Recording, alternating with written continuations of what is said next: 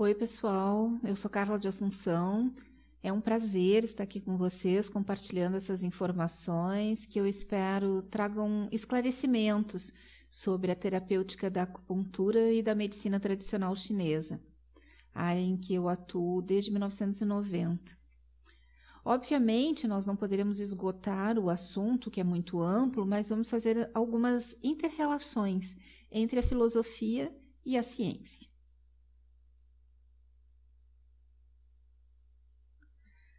Antes de responder a nossa pergunta-chave, se a acupuntura funciona, vamos contextualizar um pouco. A acupuntura é uma técnica que se desenvolveu na China e depois migrou para outros países como Japão e Coreia. Depois chegou à Europa Ocidental e posteriormente às Américas.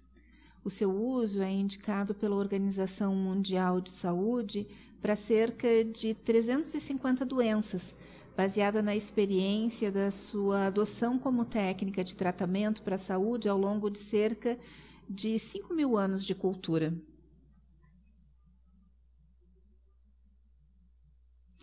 Seguindo o movimento internacional da Organização Mundial de Saúde, o Brasil criou a Lei 45 de 2003.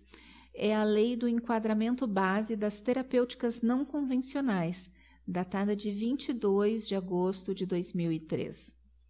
Então, consideram-se terapêuticas não convencionais aquelas que partem de uma base filosófica diferente da medicina convencional e aplicam processos específicos de diagnóstico e terapêutica.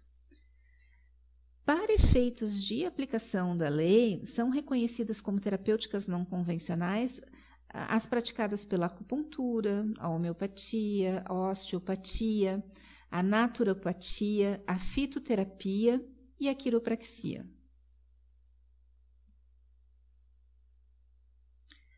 Por essa lei é reconhecida a autonomia técnica e deontológica, quer dizer, a autonomia ética no exercício profissional da prática das terapêuticas não convencionais. Essa autonomia é habilitada a diferentes categorias profissionais e não exclusivamente a uma só.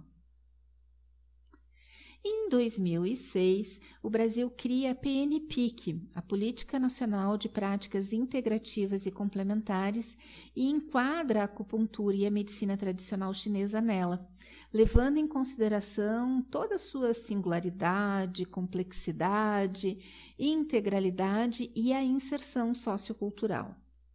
O objetivo era a ampliação do acesso à população para que essa população pudesse conhecer, apoiar, incorporar e implementar experiências no SUS, o Sistema Único de Saúde.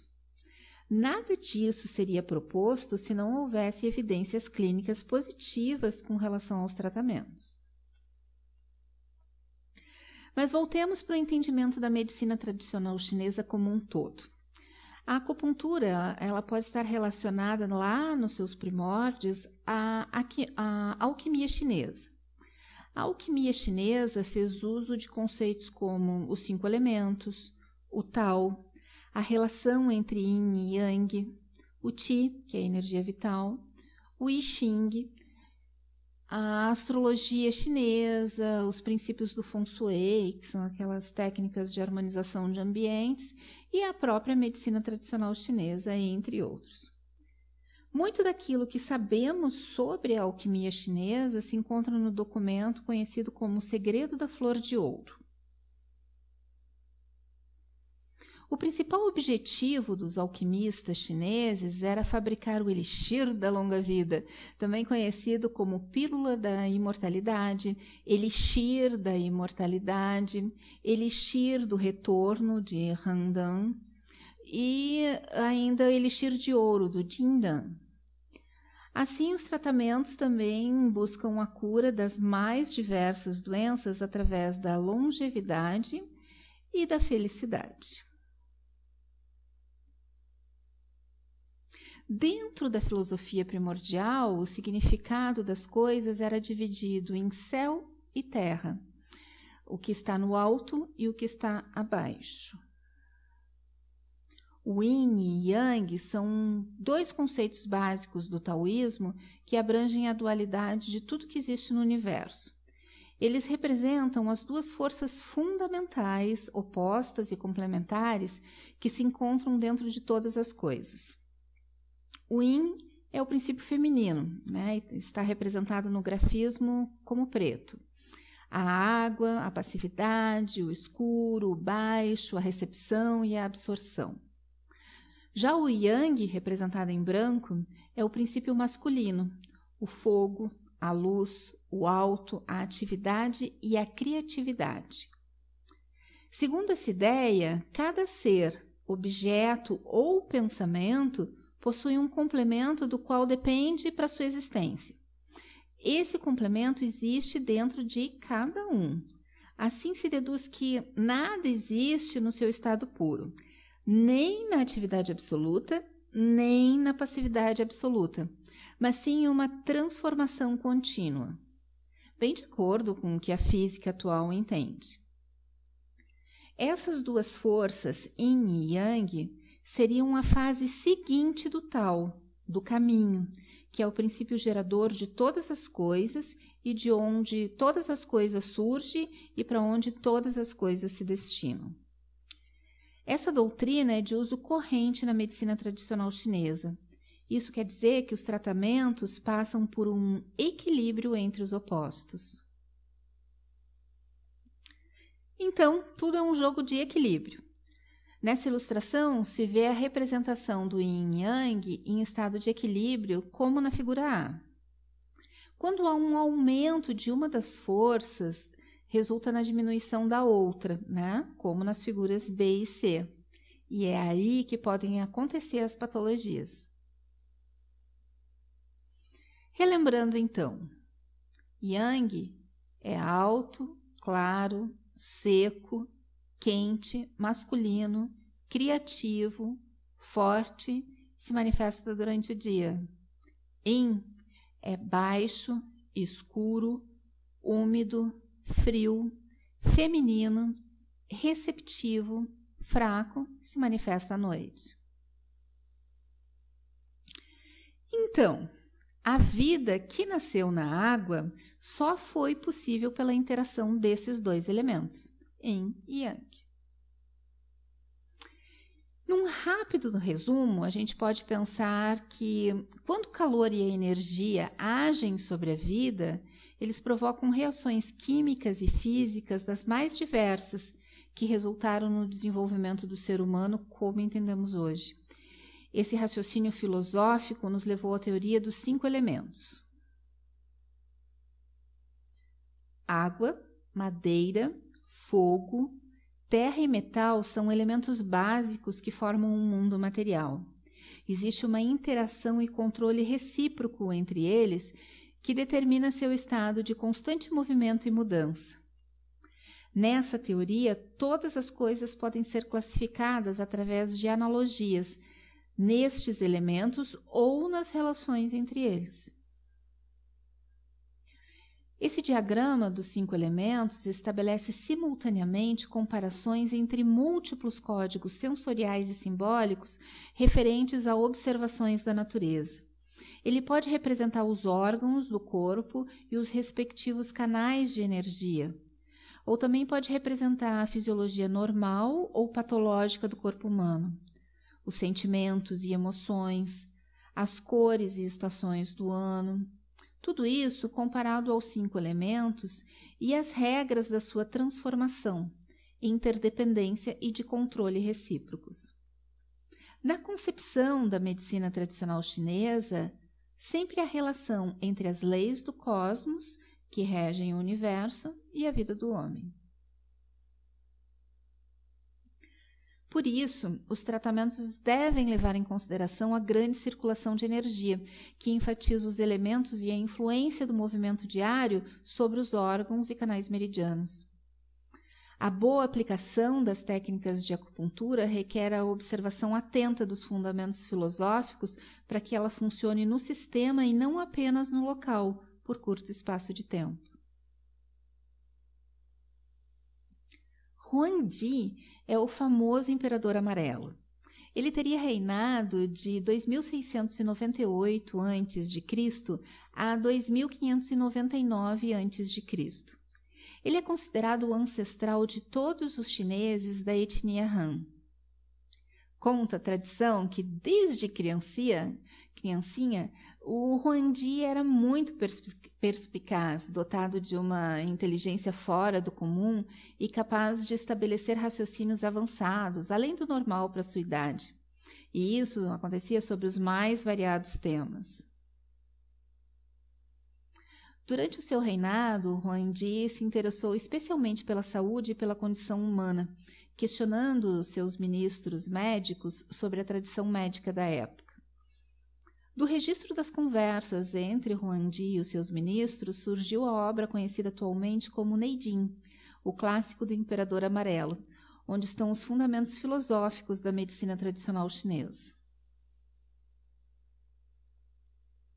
A medicina tradicional chinesa inclui não só a estimulação dos pontos de acupuntura, que são os acupontos, mas de práticas corporais como o Lian Kong, o Qigong, o Tuina, o Tai Chi Chuan, e práticas mentais como a meditação. E ele tem dietética própria, tem fitoterapia tradicional chinesa, e tudo isso, né, associado ao estímulo dos acupontos, está relacionado à prevenção, né, do agravo de doenças, à promoção e recuperação da saúde. Para o tratamento, que tem terminologia própria e pode ser aplicado tanto em humanos como em animais, existem agulhas de diversos tamanhos e calibres, ventosas, lasers, mochas, eletroterapia, sementes e esferas de metal e cristal, magnetas e por aí vai. Cada um desses itens merece um curso à parte, né, que nós podemos desenvolver. A acupuntura é um método terapêutico cujo território é o sistema nervoso e a resposta imunitária. É um estímulo neural periférico que visa produzir mudanças funcionais de repercussão, tanto no local onde está acontecendo o sintoma ou a patologia, como de forma sistêmica. A ideia é restaurar a normalidade fisiológica e, claro, produzir analgesia nas condições que são mais dolorosas. Um diagnóstico energético completo pode incluir, entre outras coisas, né, o exame dos pulsos, o exame da língua, da fisionomônica e uma análise dialogada, né, onde se forma uma anamnese que ajude a clarificar os sintomas e causas presentes, tanto tendo em vista o tempo, né, de tratamento, como também o contexto sociocultural do paciente. Indica-se os tratamentos mais adequados numa perspectiva de integração das várias técnicas da medicina tradicional chinesa. Leva-se em consideração que as fases do adoecimento são 3: a energética, a funcional e a orgânica, que é a sistêmica, que abrange todo o organismo. Hoje, a acupuntura se fundamenta em dados conhecidos pela ciência. Esses dados são biológicos, bioquímicos, biofísicos, anatômicos, fisiológicos, fisiopatológicos e evidências clínicas. A base de tudo isso é a neurociência. E se comprova que o percurso dos ditos canais imateriais, que são os meridianos, podem ser verificados e são os mesmos que foram traçados pelos chineses há milhares de anos atrás. No que diz respeito ao sistema nervoso, a acupuntura atua a nível segmentar, suprassegmentar e central. A ação segmentar da acupuntura é um conjunto de mecanismos fisiológicos que ocorrem do local do estímulo em que estão as agulhas até a medula espinhal. Na ação suprassegmentar, o segmento das fibras prossegue através do trato espinotalâmico até o córtex cerebral, onde é percebido conscientemente. Já na ação central, o estímulo da agulha de acupuntura atinge áreas do encéfalo mais elevadas, como o hipotálamo e a hipófise, promovendo o equilíbrio do funcionamento desses centros. acupuntura afeta a expressão e a liberação de serotonina. Afeta também os peptídeos opioides beta-endorfina, metaencefalina e dinorfina. A colicistocinina, que é um peptídeo envolvido no processo digestivo, é antagonista da acupuntura. Considerando que a colecistocinina é estimulante da secreção ácida do estômago, temos daí a compreensão do efeito benéfico da acupuntura sobre gastrites, úlceras e na doença do refluxo gastroesofágico.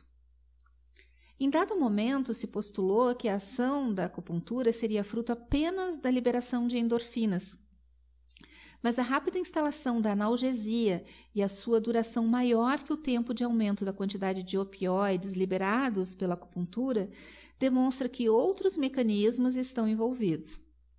E, obviamente, isso merece muito estudo. As possibilidades de tratamento hoje com a acupuntura são inúmeras. Elas vão desde dores em geral, como cefaleias, epicondilites, cervicalgias, lombalgias, a disfunções dos sistemas, né? Sistema imune, digestório, geniturinário, circulatório, respiratório, enfim. A acupuntura também tem sido eficaz em alergias, né? E nos processos anestésicos e analgésicos. Também é possível tratar com acupuntura artrites, problemas musculares, insônia, inflamações, distúrbios de memória, né? E para o pessoal ficar bem feliz, disfunções estéticas também, né? Pitoses de mamas e glúteos, celulite, gordura localizada, rugas, flacidez, estrias. Numa recente palestra pública que eu fiz sobre várias terapias, uma ouvinte me perguntou oportunamente se, em caso de uma dor de cabeça, seja cefaleia, enxaqueca, a acupuntura atuaria na dor ou na causa, né? Quando o paciente chega com dor, a primeira preocupação é aliviá-lo do sofrimento, né? Enquanto a gente investiga a causa. Num segundo momento, que pode ser na mesma sessão ou na sessão seguinte, nós vamos atuar nos canais meridianos que influenciam recursos do próprio organismo para responder às diversas causas e tipos de cefaleia. Entre outras coisas, são levadas em consideração a idade, o sexo, tempo de queixa, modo de instalação dessa dor, a duração, localização, caráter, intensidade, ritmo e periodicidade da dor. Também é preciso observar quais os fatores desencadeantes que melhoram e que pioram os sintomas. Se existem tratamentos anteriores e atuais. Bom, se investiga ainda estruturas somáticas e psicossomáticas, bem como o histórico familiar. Agora vem outra grande questão. A acupuntura dói? Uma das restrições mais comuns das pessoas quando pensam em acupuntura é a dor. A imagem de um paciente estático, cravado por centenas de agulhas, divulgado por algumas comédias cinematográficas, também não colabora muito com a ideia. Muitas vezes, o medo da possível sensação é infinitamente maior do que acontece na realidade prática, trazendo suadores, ansiedade, alterações de pressão sanguínea, tonturas, contrações musculares e uma completa ojeriza às agulhas. Antes de qualquer procedimento, é preciso acalmar e orientar quem procura atendimento para que os medos particulares ou dos acompanhantes desses pacientes não atrapalhem o tratamento. É preciso explicar que os protocolos não requerem exagero na quantidade das agulhas aplicadas. E como o limiar da dor é diferente para cada pessoa, eu, particularmente, trabalho dentro dos parâmetros específicos do paciente. A sensação provocada pela inserção de uma agulha em pontos específicos dos canais meridianos, é conhecida como tequi, ela também é variada. Ela pode se manifestar como dormência, peso, fluxo de corrente e, por incrível que pareça, até mesmo cócegas. Além disso, o cérebro ajuda acostumando o corpo ao hábito da punturação e permitindo que, com o tempo, esse limiar de dor seja ampliado. É importante esclarecer que as agulhas para acupuntura são bastante finas e fabricadas em diversos comprimentos, possibilitando a escolha adequada para diferentes estruturas corpóreas. Como são descartáveis e estéreis, apresentam maior conforto e biossegurança na inserção em comparação com aquelas agulhas mais antigas que eram reaproveitáveis, né, e que sofriam com atrito de diversas perfurações e podiam expor o paciente ao risco de contaminações. E quem pode receber o tratamento? Todos, inclusive crianças e grávidas, obviamente respeitando os períodos críticos.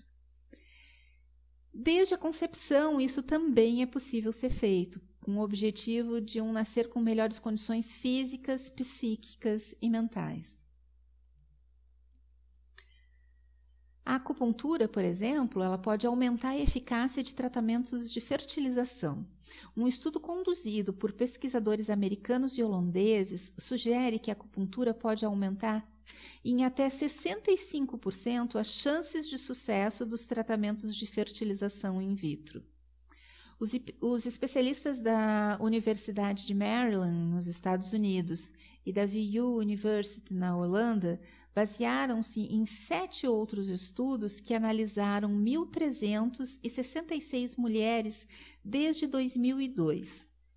Durante o tempo em que os levantamentos foram realizados, todas essas mulheres estavam tentando engravidar por meio de fertilização in vitro.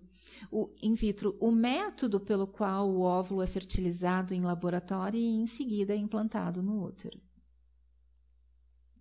Algumas dessas mulheres estavam sendo submetidas à acupuntura e outras estavam sendo tratadas com um Shan, que é uma espécie de acupuntura falsa, em que as agulhas são aplicadas em lugares que não surtem efeito. E um terceiro grupo de mulheres, não foram tratadas com nenhum método. Ao analisar o índice de gravidez resultante da fertilização, os pesquisadores observaram que as mulheres que foram tratadas com a técnica chinesa da acupuntura tiveram mais 65% de chances de engravidar. O método havia sido aplicado até um dia após o embrião ser implantado no útero. Com isso, eu espero ter contribuído para o entendimento de que a acupuntura funciona, muito embora todos os seus mecanismos ainda não estejam decifrados. E é mais uma alternativa para a saúde e a qualidade de vida da população. Muito obrigada por vocês terem assistido até aqui. Eu me coloco à disposição de vocês para mais informações e até mais.